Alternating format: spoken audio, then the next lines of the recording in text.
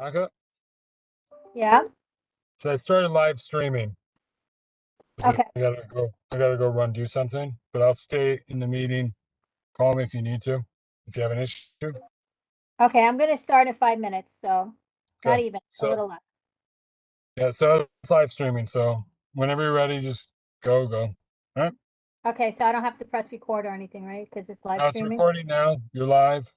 Just Okay. call me if you need something. If you have a run to problem, don't text me. Just call me. Okay. Thank you. Yep. All right. Bye.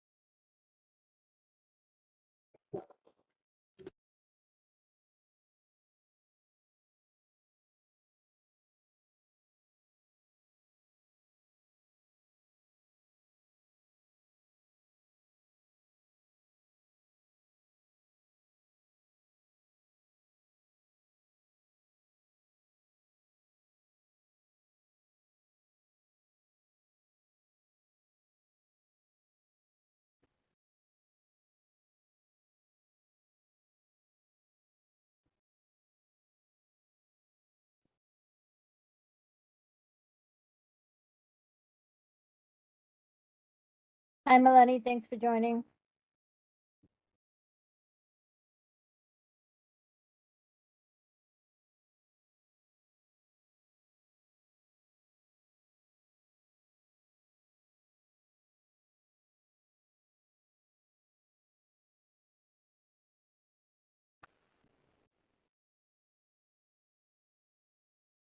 All right. You know what? I think we're going to start the meeting now. We'll see if anybody else joins for the committee.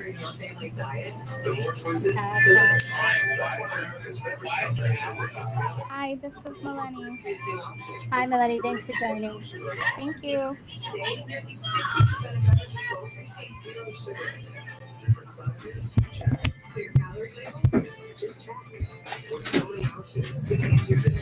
We're going to start.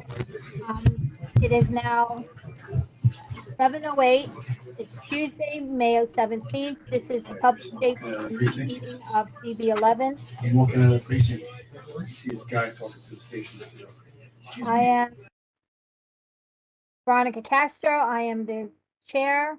With me is Phyllis Nastasio. She is co-chair. We have committee member Melanie LaHose on with us.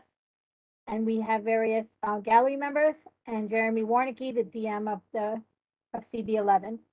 So I would like to introduce our crime prevention officer, Tyrone Medeiros. Hi, Tyrone. How are you? Hello, can you hear me? I can hear you. There we go. I'm doing fine. How are you? Good, thanks. Thanks for joining us. You're welcome. Would you be able to give us the stats for this month? Sure. Alrighty. I'll start with a 28-day period. The largest drivers in crime right now for the 28-day period are robbery and grand larcenies. We took 19 robbery complaints past 28 days. That's over 12 from this time last year, which is a 58% rise. In grand larcenies, we took 50 complaints as compared to 34 from last year. So that is a 47% rise. In total, we've had a rise of 19% in the 7 major index crimes for the past 28 days as compared to last year. Year to date, the major drivers are grand larcenies and also grand larcenies of automobiles. For the year, we have 253 complaints of grand larcenies as compared to 138 from year to date last year, which is an 83% increase. And for grand larcenies of automobiles, we've had 131 complaints in regards to, as compared to just 83 complaints for year to date last year, which is a 57% rise. Excuse me.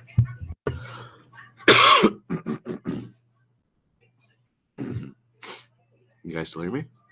Yep, we can still hear you. All right. The total rate of increase in crime year to date is 41% over last year. The more notable incidents for the year has been, well, not for the year, I'm sorry, for the past few weeks, has been a break-in at a jewelry store on White Plains Road near Lydig Avenue. Perpetrators came with a sledgehammer, broke out the storefront window, and started taking whatever jewelry was stacked at the window. The perpetrators ended up basically fleeing the vehicle and escaping. That is, they are now part of a established pattern of crime that's been happening all over the Bronx, and I believe now an instance in Yonkers within the past week. Out of that pattern of 4 perpetrators, 1 has been arrested. There's still 3 outstanding. The next notable thing is we've had a rape at, I believe it was on Bolton Street. The perpetrator basically followed female into the elevator and unfortunately attacked her. The perpetrator for that has also been arrested already. I forget his name, but he ended up being a sex offender who's only been out for like a month or 2 from jail, something to that effect. The next notable incident was we had a shooting on Olinville and Barker Avenue. No, not Barker Avenue, I'm sorry. Olinville and Thwaites Place. It came over as a shot spotter for us, and soon afterwards we had a victim go into Jacoby Hospital and basically claim that they were shot at the location. I don't have any more information in regards to that. It's still under investigation. The next incident we had was I guess what could only really described as a firefight in Pelham Houses. We, as far as we could tell, it was involving teenagers. We got into an altercation over drug money, from what I understand, and they basically had a shootout in that area. At least 2 of the teenagers involved for that incident were arrested shortly after the incident. They were found. Actually, they were tracked to, from what I understand, Fordham Road MTA bus station, and we had a unit went there and basically on a hunch and waited at the location for the individuals to come off a bus from Pelham Parkway to the location, and 2 of them were arrested. They were found to have a gun on them and a second firearm that was not, I guess, missing pieces, so it wasn't functional. I believe that is all the instances that I remember offhand for the past few months, past few weeks that are of note. Anyone have any questions? Oh, I'm sorry, one more thing. I did invite our new captain, Kentish, to join us for this meeting. but he is currently attending training for the next 2 weeks, I believe. He just started the training this week, so he's not going to be available this time. So hopefully next time he'll be able to join us. That would be great. We'd love to have him come to the meeting. It's always nice to have you, though. So thank you. Thank you. Does anyone from the committee have any questions for Officer Medeiros? Sid? No. Melanie? Okay. Anybody from the gallery have any questions for Officer Medeiros?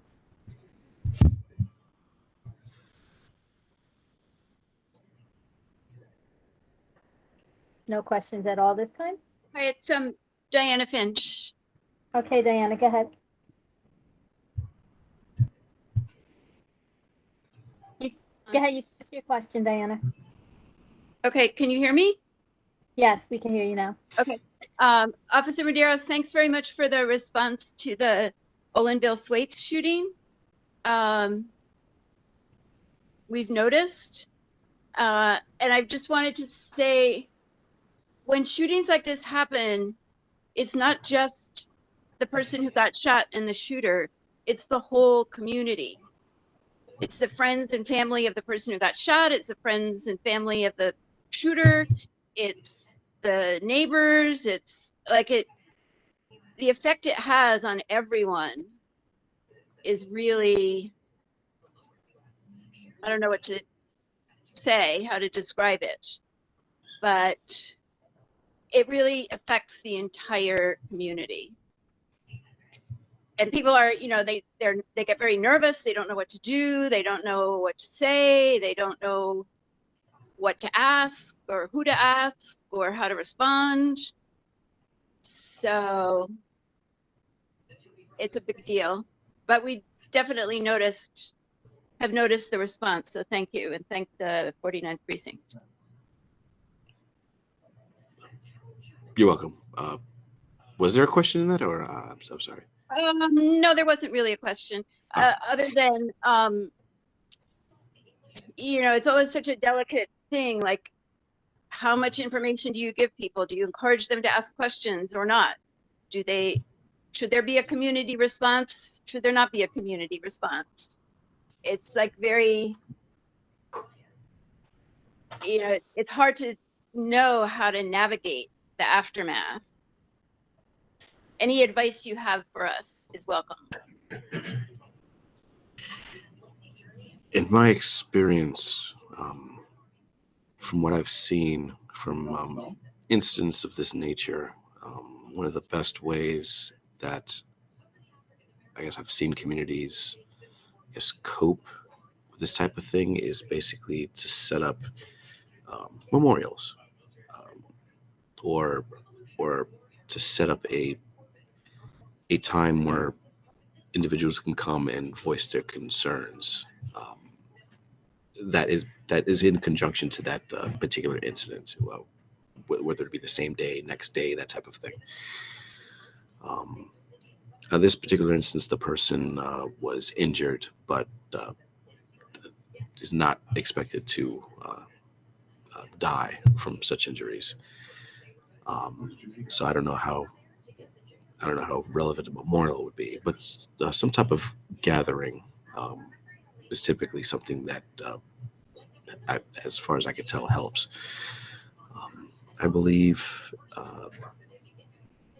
SUV tends to have gatherings of that nature in the 49 precinct every time a shooting and someone is shot, when that takes place. I don't know if they're planning to have one for this particular incident. I don't think they've had one already, but I guess it remains to be seen. But Yeah, I think it came when like someone died, when it was really, and I think we're a little bit south of their main area that they work in. no, I've seen I've attended rallies that Pastor Good have set up right at Okay. no right at Thwaites and Right at Thwaites Right, and they Bronx did Park the East, one- actually. Right, where the guy was murdered. Yeah, they did Yeah, that was one. that was a while ago. Right. Okay, maybe I will just reach out to him and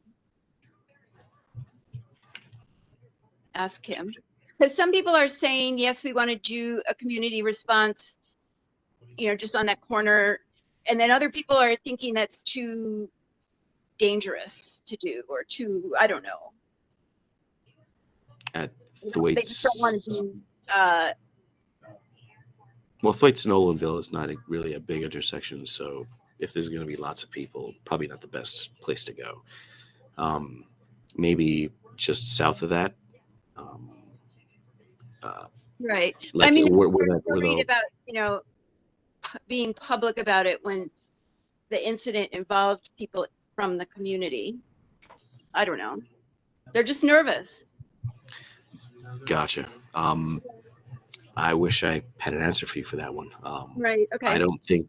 I don't know if this particular incident was random or it was targeted.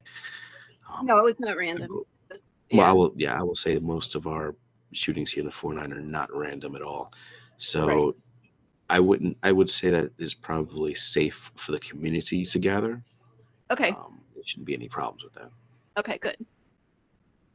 So Right. Liz, yeah, The had a question. had a there's a question here on the chat. Exactly. I guess is there any particular trend that you have identified that can be used to explain the increase in the crime when compared to last year? No, there is no distinguishable trends other than there's just more trends in general. The amount of stolen vehicles has increased. The amount of grand larcenies in every particular category of grand larceny has increased. It's just, other than the general trend upward for the past 2 years, there's no solid trend to that I can sit here and say is what's driving any particular category.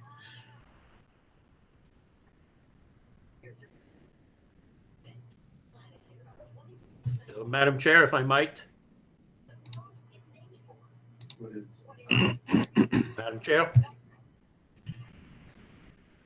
Sorry, I was on mute. Yes, go ahead, Bob. As you mentioned, the grand larcenies, we're on a pace to surpass the 1993 numbers, which was where all of this started with the, policing by Mayor Dinkins back in the Safe Streets. Do you think we need to bring Safe Streets back then?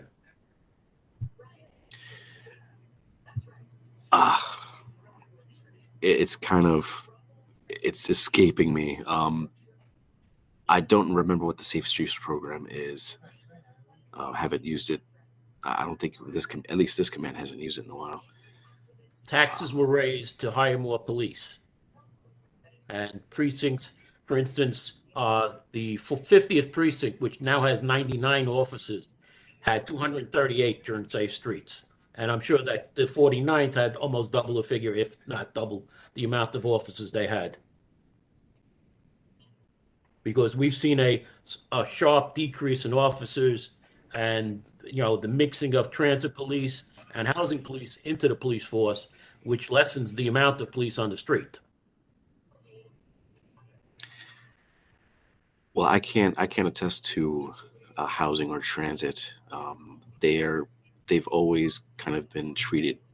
They've always been treated as really separate from patrol functions, and patrol functions is kind of what I'm familiar with. I don't know how many more or less officers there are in transit or housing. I can't really speak to it at all. The only thing I can say in regards to manpower is that right now, I believe the 4-9 precinct has more manpower than it's ever had in its history. I guess the issue can be, how do I say this? Because the issue might any issues you might find might actually be more along the lines of deployment and the ability for commanding officers to dictate such deployments. I guess that's the best way to describe that. And one more question. Last year, at this time, there was 7 shooting incidents and 8 victims, which meant that at least one of the shooting incidents had hit 2 people. This year, you have 14 shooting incidents with 19 victims. How many were multiple shootings of the 14? I can't say offhand. I don't know, honestly. And were Most of our there ever more than 2 people hurt at one time? give me a second.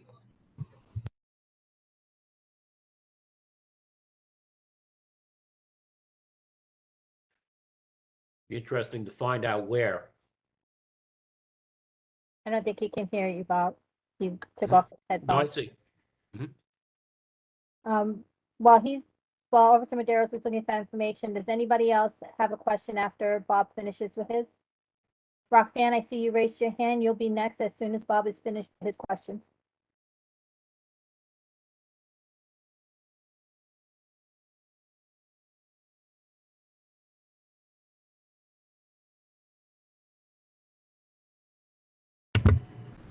Alrighty. I actually missed this one. This was actually pretty important. So thank you, Mr. Press. We actually have at least one instance this year. 4 people shot in one incident that occurred on Olinville Avenue, and that's the one that occurred, Olinville Avenue, Barker Avenue. Thank you. That one person, unfortunately, was deceased from that incident, and the other 3 were injured. That was also not random. Thank you. Roxanne Delgado has a hand up. Roxanne, go ahead with your question. All right, thank you so much. My first question is, are rapes that occur within the confines of the 49th precinct investigated by the 49th precinct or by a special victim division? I'm sorry, you kind of broke up on that first part. Say it again. Are rapes that occur within the 49th precinct district, are they investigated by 49th precinct or by a special victim division? Are you able to hear me? You said rapes? Speak louder. Are rapes that occur within the 49th precinct confines, are they investigated by the 49th precinct or by a special victim division? That's investigated by a special victims division. Yes. Okay. My second question on that is that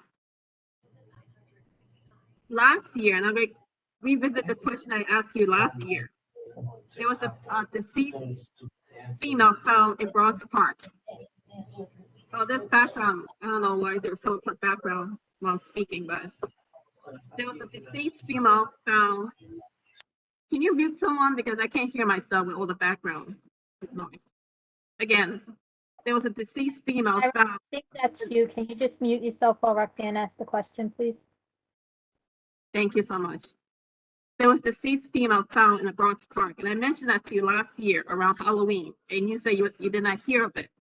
But this year, a Parks employee mentioned to me that that did happen last year, and this female was raped and murdered. Can you confirm if this is true or not?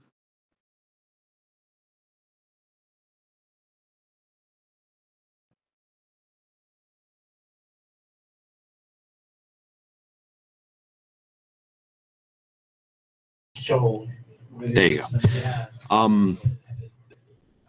I can confirm it did not. I've not heard of anything of that effect from last year here in Bronx Park East, at least not in the 49. Maybe it happened on some other part of Bronx Park East. Yeah. It happened where the basketball court is, which is not far from Lydic. So that is the 49th precinct. Yeah, that would be us. No. Yes.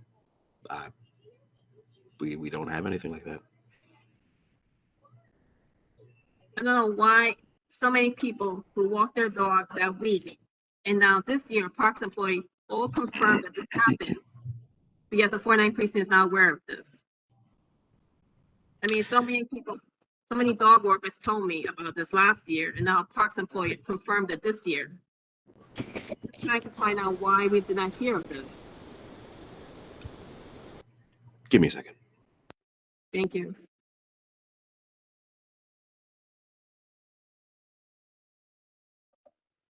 Okay, so while Officer Maderos is looking up that information, does anybody else have a question after Roxanne, questions are done?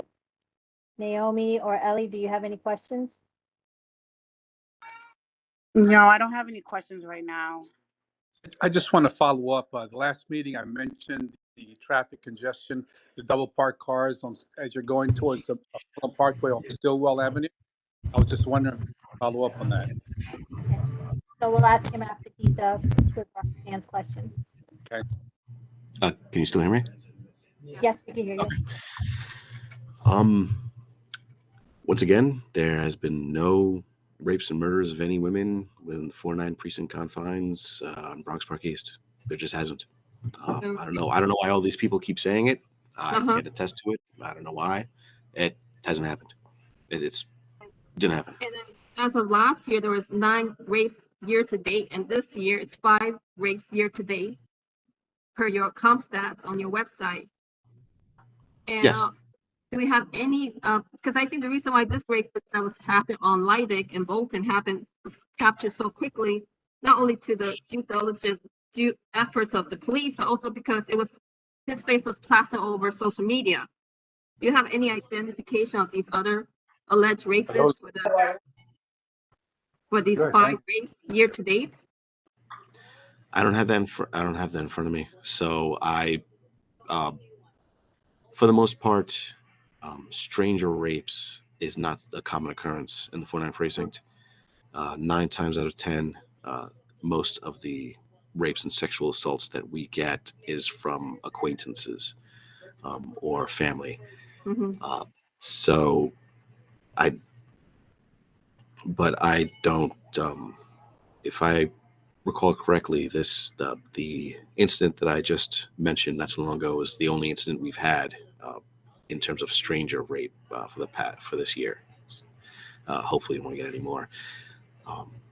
So no, we don't have any flyers or anything like that to hand out or to push out. And even if that's the case, we are not typically notified of such things because the investigations are not handled in the precinct. Yes. Yeah, now I understand that part. I'm just concerned sometimes because even though it only says 5 rapes up to date, I think sometimes rapes are not considered a priority for NYPD in general. For me, rape is one of the most violent crimes that could be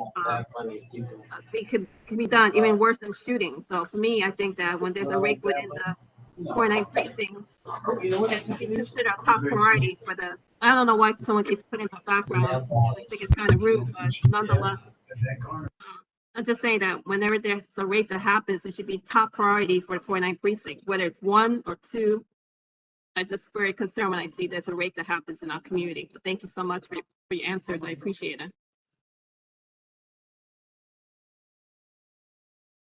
Thank you, Roxanne. Ellie, you had a question you wanted to follow up with Officer Maderos? I do. At the last meeting, I mentioned the double parking that's taking place. You know, you're coming down East Chester Road, heading towards Pelham Parkway, right when you get to that fork of the road where you go to Stillwell Avenue, and then you go in the Parkway that way. There's a lot of double parked cars all along that line. In fact, it's getting so bad that there's double parked cars even before you get to the fork. And sometimes you have to go to a little bit on East Chester Road and then make that quick right on that little island just to get back on Stillwell Avenue because there's just a lot of double parked cars. I was just wondering if anything can be done about that.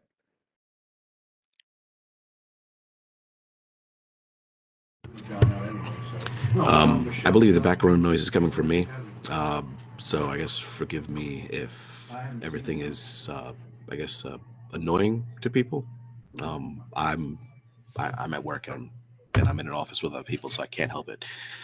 In terms of the double parked cars for Stillwell Avenue, that is an ongoing condition that we've had ever since I've been in this command.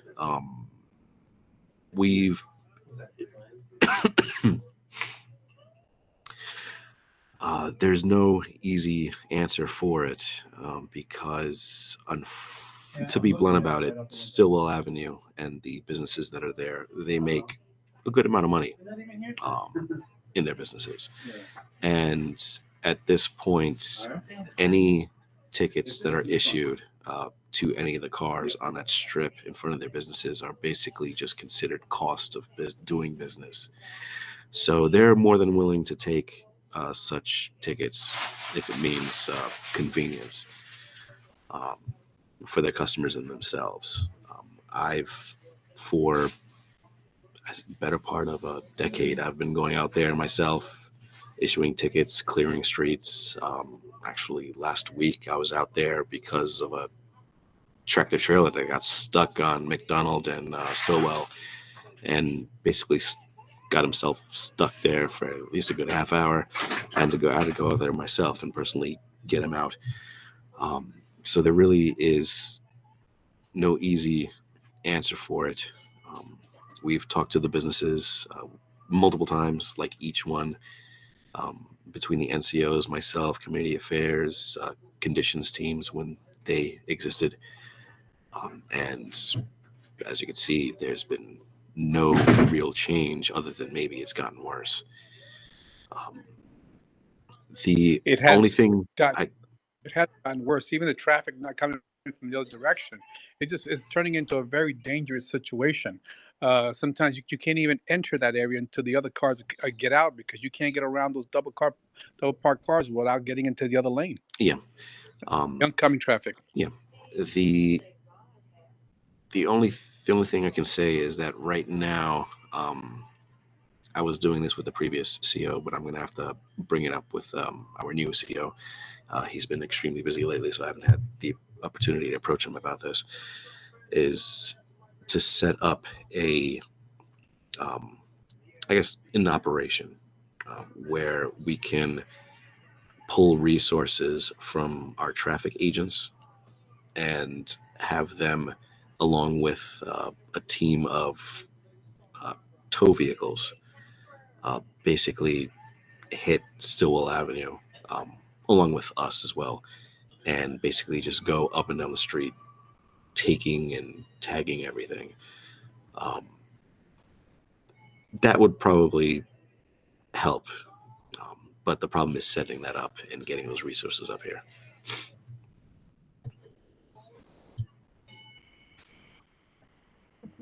Does anybody else have a question? Thank you, officer. Okay, Roxanne, you raised your hand. You have another question? Thank you so much. I won't take too much of your time. I'd like to ask the officer, please, who keeps track of crime that happens within Parks property? Do you break it down? I see they broke it down to transit and housing. Do you break it down into Parks property? And is that information shared with Parks Department, or do they share that information with you? Like, how do you maintain that data of what happens within Parks property that elevates to like a serious crime? For the most part, we keep that data ourselves. We share it with Parks Department upon request, or through liaisons that we have at One Police Plaza. But for the most part, we keep track of the serious stuff. We have the investigative tools. The Parks Department really is just pure enforcement for the most part. So we handle serious incidents. We have statistics on parks. Now, with that being said, if you're asking for such statistics, you'd have to give me some time to get, because it takes a little bit of doing to get that information together. Yes, thank you so much. And because the shooting that happened on Saturday, it actually extended to the Greenway, where there was supposedly bullet shells. So would that be considered, even though it initiated on the street on Kruger, it extended to the Greenway, would that be considered a shooting in Parks property? I'm just asking. No. Okay, thank you so much. Thank you. Okay, Bob, you have your hand raised? Yeah, I just want to give one more quick question. Vision Zero, what has happened to Vision Zero? And the question that I really have is, how many red light tickets and speeding tickets is the 49th precinct given in 2021 and so far in 2022? Those statistics I don't have in front of me. Can they be gotten by the next meeting? Sure, that shouldn't be a problem. No problem. Just give me a second.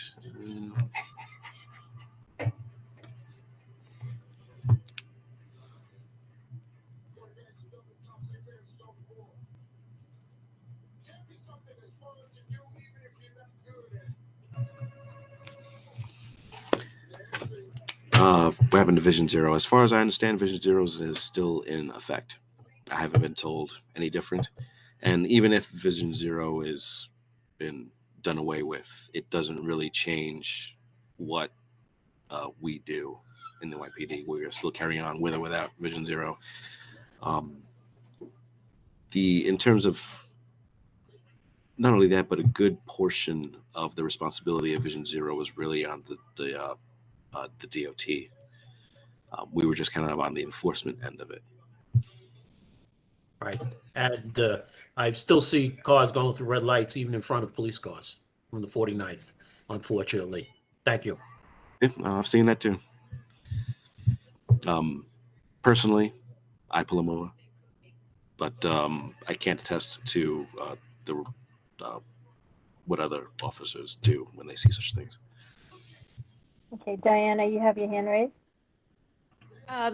Yes, I have one more question about graffiti.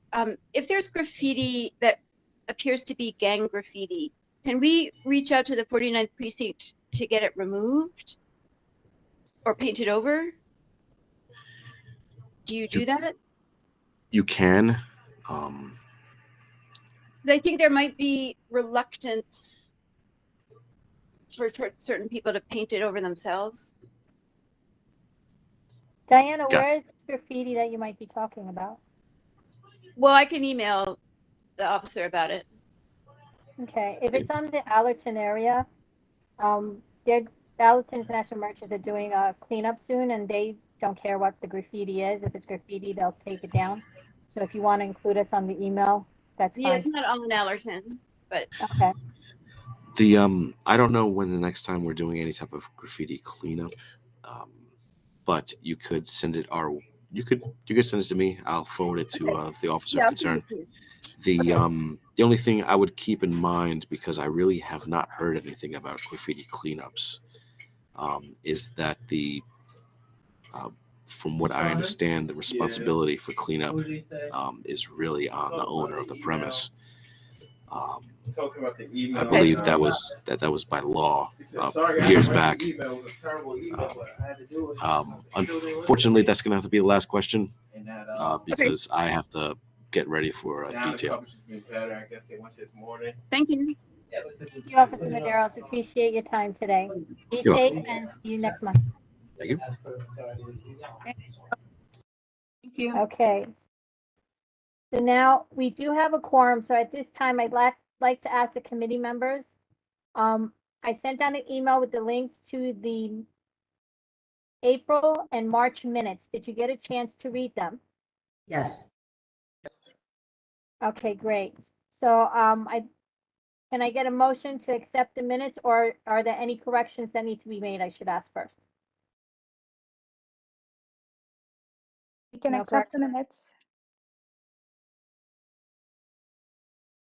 Melanie, did you just make a motion? Yes. Okay, so we have a motion by Melanie to accept the minutes as written. Do I have a second? I'll second. Okay, any objections? Okay, abstentions? Okay, motion passes. Thank you very much, everyone. Okay, now, does anyone have any issues you'd like to bring up to the committee for us to look into? Nothing? Okay, next month, we're gonna try and get the new commanding officer for the 49th precinct in to introduce himself. If that does happen, I will be sure to post something on the community board Facebook page to let people know that he will be here in case anybody wants to attend that doesn't usually attend our meetings. I'm waiting to hear about the DOT. If they're gonna come, we've sent out requests for it, but They still have an interim person. They haven't selected anyone, as far as I know, for a permanent position. So we're waiting on that. But our next meeting is our last meeting before the summer, so hopefully we'll get someone in. Hi, Roxanne. Thank you. The problem with DOT is similar to what we have issues.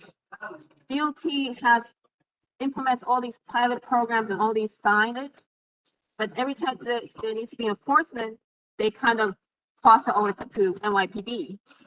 Yeah, NYPD is so full with dealing with serious crimes that they cannot do DOT's job. So that's something we need to address with DOT, because they seem to do things, but they don't follow through on enforcement. They don't follow through on collecting all data to see whether this program works for all people, not just one portion of the community, all people, pedestrians, drivers, cyclists, seniors, children. So hopefully we could address that. Thank you so much. I agree, Yes. 100%. Issues that we are definitely going to address with them as soon as we could get someone to join. And trust me, I'm not giving up. Even after the summer is done, I'm going to keep asking for someone to join us, whether they have someone that's going to be an interim or someone who's there permanently. I want someone from DOT to join our meeting, because we do have many issues that we want to address with them, and they need to come answer our questions. So I will be on top of it. Diana, you raised your hand? Yes, another request for a possible meeting topic. We're Sure. starting, to head into the summer picnicking, barbecuing season, and already people along Bronx Park East are, really concerned about, are there going to be noisy parties? Is there going to be a lot of barbecuing in the park? So maybe if you could invite the Parks Department, the PEP officers, to come to a meeting so they could hear from us how big of a concern this is. That's a great idea. Let me see if I can, I'll reach out to Parks and see if there's someone who runs the PEP officers and see if they could come in and talk to us about what safety measures they'll be putting in place. Yeah, and they could they could tell us too, sort of, what their strategies are, what to expect from them. Can we get in touch with them? Because for now, we just call 311. And also, I think that the PEP officers are only on duty during like daylight hours, and a lot of the activity happens after dark. Right, that's true. I mean, and that, at that point, that's when we have to call 911 if it's in a dire emergency, or the 311, which takes quite a long time for someone to actually respond. Right, or I just text the NCOs. Right. Okay, that's But if definitely, they thank could you come for to a that. meeting, that would be great. We would really appreciate that. Yes, I'm gonna start reaching out tomorrow and see what we can do. Hopefully, maybe by our June meeting, we'll have someone lined up for it. Okay, thank you. Thank you. Anybody else have anything they'd like to bring forward? No? Okay, in that case, I want to thank you, everyone who came out tonight and joined us on our Zoom meeting. Our next meeting, I believe, is going to be in person. Keep check on the community board website and the calendar to verify it, but my understanding is it will be in person at the community board office. If that changes, we will make sure that notification goes up on the website, on the calendar of any changes. But I don't know the date yet. It's usually, I think, this is the third Tuesday, right? It's usually around the third Tuesday. That won't change unless it runs into a holiday or something. But we will be back in person, so that's a good thing, in my opinion. So it'll be nice to see everyone in person. And I hope as many of you that join us on the Zoom, on the virtual meetings, will join us in person as well. Thank you, everyone. Have a safe night, and talk to you again in a month. Bye. Oh, don't forget, our community full board meeting is next Thursday. Okay, so join us there. Thank you, everyone. Good night. Good night, everyone. Good night, everyone. Meeting adjourned at 7:49. Click bye. Thank you, Phyllis. Bye. Bye. Bye.